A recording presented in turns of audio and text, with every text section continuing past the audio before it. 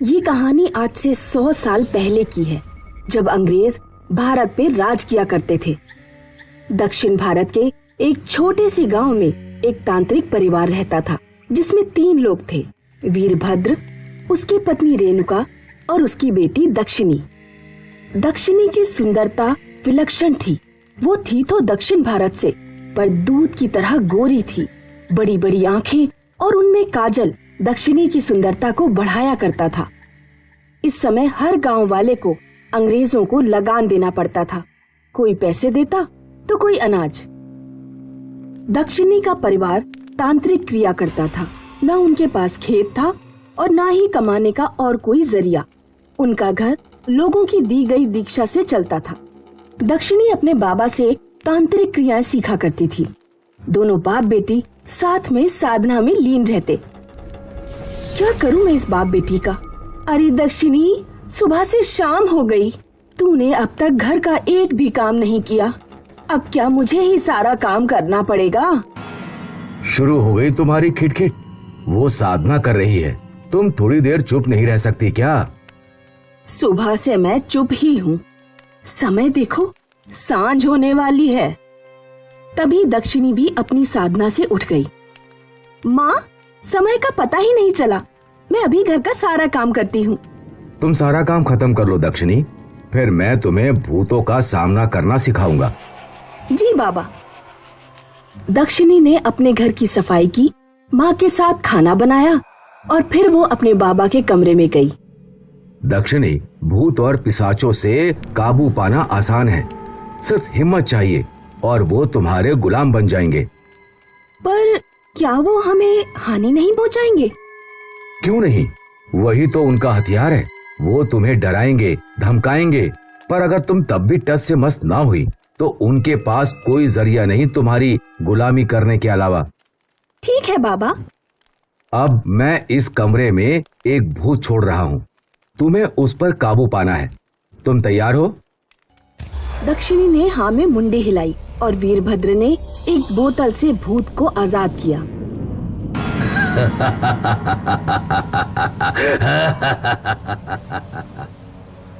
दक्षिणी, डरना नहीं। वो भूत दक्षिणी के आसपास घूमने लगा। जोर जोर से हवाएं चलने लगी और आसपास का सारा सामान जमीन पर गिरने लगा।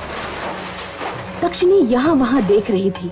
तभी उस भूत ने दक्षिणी के बाल का एक सिरा उठाया और हवा में उड़ाने लगा।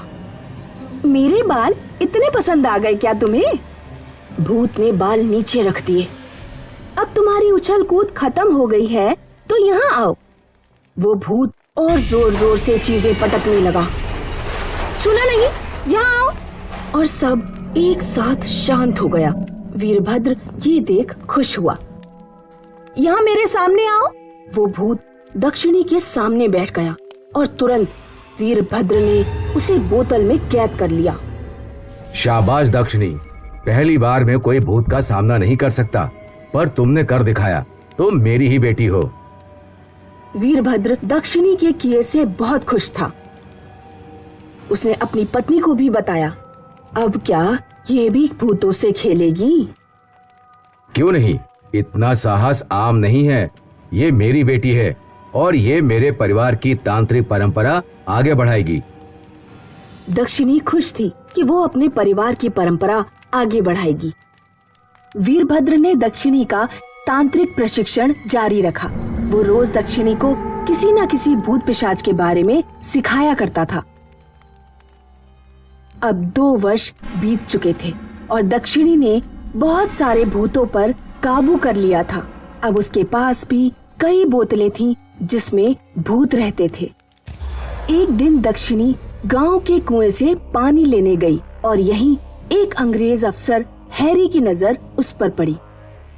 ओह गुडनेस, क्या कमाल की लड़की है। साउथ इंडिया में ऐसा ब्यूटी। हवलदार, ये लड़की कौन है? ये लड़की दक्षिणी है। ये एक तांत्रिक परिवार से है। तांत्रिक मतलब वो ही जो घोस्ट वोट से बातें करते हैं ना? जी सर, पर इसके परिवार वाले थोड़े अलग हैं। ये भूतों को अपना गुलाम बनाते हैं और सुना है ये लड़की अपने परिवार की परंपरा आगे बढ़ाने वाली है। मतलब ये भी भूतों से बात करती है? जी sir. I don't believe you, but मुझे वो लड़की चाहिए। चलो उसके घर जाते हैं। हवलदार अंग्रेज अफसर को दक्षिणी के घर ले गया। तुम लोगों ने कई सालों से लगान नहीं दिया, तुम्हें उन सब सालों का लगान एक साथ देना होगा। हमारी कमाई का जरिया सिर्फ भिक्षा है सरकार, हम कहाँ से लगान दें? वो हमें नहीं पता, तुम्हें कुल मिलाकर 100 रुपए लगान देने होंगे। सरकार, हमारे पास इतने पैसे नहीं हैं। तो तुम अपनी बेटी को हमारे साथ भेज दो। ये नहीं हो सकता सरकार। तो लगान भरो। ये बात सुनकर दक्षिणी आगे आई। मैं तुम्हारे साथ चलने को तैयार हूँ, लेकिन मेरी एक शर्त है। शर्त? क्या शर्त? तुम्हें मेरे साथ मेरे इस कमरे में सिर्फ आधा घंटा रहना होगा। अगर तुम रह पाए तो मैं तुम्हारे साथ चलूंगी, पर अगर तुम नहीं रह पाए तो कभी इस गांव की ओर तक नहीं आना।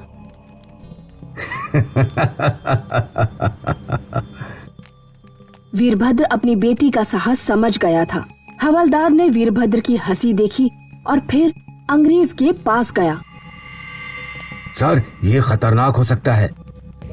क्या खतरनाक? I don't fair ghost. Ghost होते ही नहीं है, उससे ये अनपढ़ हिंदुस्तानी डर सकते हैं, मुझ जैसे पढ़े लिखे अंग्रेज नहीं। मेरी बात सुनिए सर। अंग्रेज ने हवलदार की नहीं सुनी और वो सीधा दक्षिणी के बताए हुए कमरे में चला गया। पीछे पीछे दक्षिणी भी चली गई। बेचारा हवलदार वहीं सोचता खड़ा रह गया। दक्षिणी ने अंदर से दरवाजा बंद कर लिया। इन सब बोतल से ही तुम लोगों को डराते हो ना? हाँ। इसमें इतने कलर्स क्यों भरे हैं? किसी में रेड, किसी में ब्लू, ग्रीन। कलर से भी डराते हो क्या? शायद। चाहो तो कोई भी एक बोतल खोल लो। मैं भी यही सोच रहा था, बट मैं एक नहीं सब खोलूंगा। दक्षिणी मुस्कुराई और अंग्रेज ने एक एक करके 3 बोतलें खोल दी।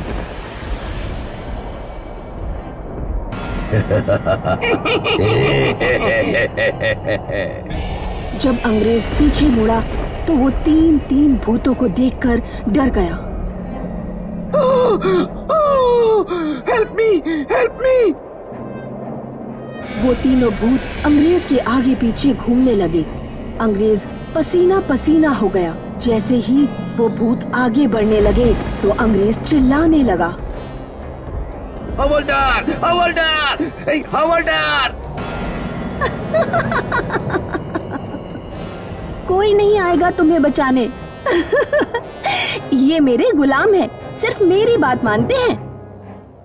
और फिर एक भूत ने अंग्रेज को हवा में उल्टा लटकाकर पटक दिया। दक्षिणी, प्लीज फॉरगिव मी। तुम्हें मैं चाहिए थी ना? और फिर तीनों भूतों ने अंग्रेज को दीवार से लटका दिया। मुझे माफ कर दो दक्षिणी, मुझे कुछ नहीं चाहिए। Forgive me, I am sorry. दक्षिणी ने कुछ मंत्र पढ़े और वो तीनों भूत अपनी अपनी बोतल में चले गए और बोतल पे फिर दक्षिणी हंसते हुए कमरे से बाहर गई। अपने अंग्रेज को ले जाओ और कभी इस गांव के आसपास भी मत दिखना। हवलदार भागता हुआ अंदर गया और जख्मी अंग्रेज को अपने साथ ले जाने लगा।